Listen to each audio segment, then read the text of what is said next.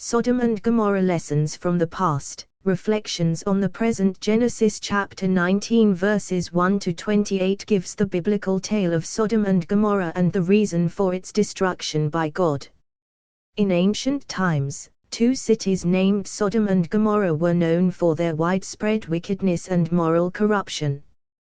The inhabitants of these cities had turned away from God, indulging in all sorts of immorality and depravity. Their actions had reached a tipping point, and God decided to bring judgment upon them. In the book of Genesis, we read how God sent two angels to visit Sodom and Gomorrah and assess the extent of their wickedness.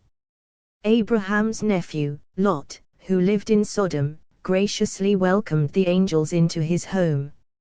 However, the men of the city, driven by their sinful desires, surrounded Lot's house and demanded that the visitors be handed over to them for their perverse intentions.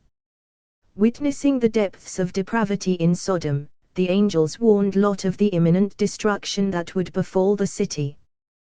They instructed him to flee with his family and not to look back. Lot and his family left the city, and God rained down fire and brimstone upon Sodom and Gomorrah, utterly destroying them. This biblical account serves as a cautionary tale, highlighting the consequences of rampant immorality and the rejection of God's righteous standards.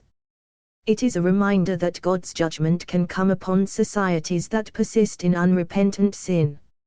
In reflecting on the story of Sodom and Gomorrah, we can draw parallels to the present day. Our world, too, grapples with widespread moral decay and a departure from God's principles. We see the erosion of values, the normalization of immorality, and the rejection of biblical truths. Issues such as sexual immorality, greed, violence, and disregard for human life are prevalent in various forms.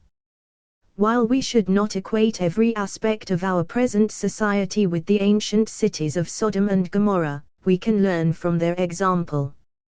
It serves as a reminder that God's standards do not change, and He is a God of justice. It compels us to examine our lives and society, seek righteousness, and turn back to Goddess. The story of Sodom and Gomorrah challenges to be a light in the darkness, to uphold moral values, and to stand firm in our faith. It calls us to intercede for our communities, praying for repentance and transformation. Let us learn from the mistakes of the past and strive to live lives that honor God in the present age. In doing so, we can be agents of change, offering hope and pointing others towards the redeeming grace of God.